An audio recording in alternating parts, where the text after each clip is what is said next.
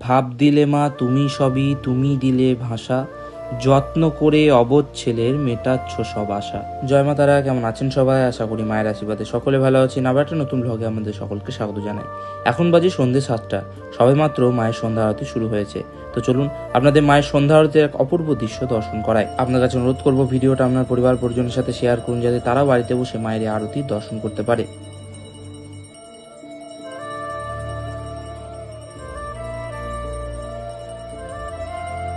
তারপর জগজ্জননী মায়ের সন্ধ্যা আরতি শেষ হলো। মাকে আজকে কি অপূর্ব ফুল দিয়ে সাজানো হয়েছে একবার দেখুন।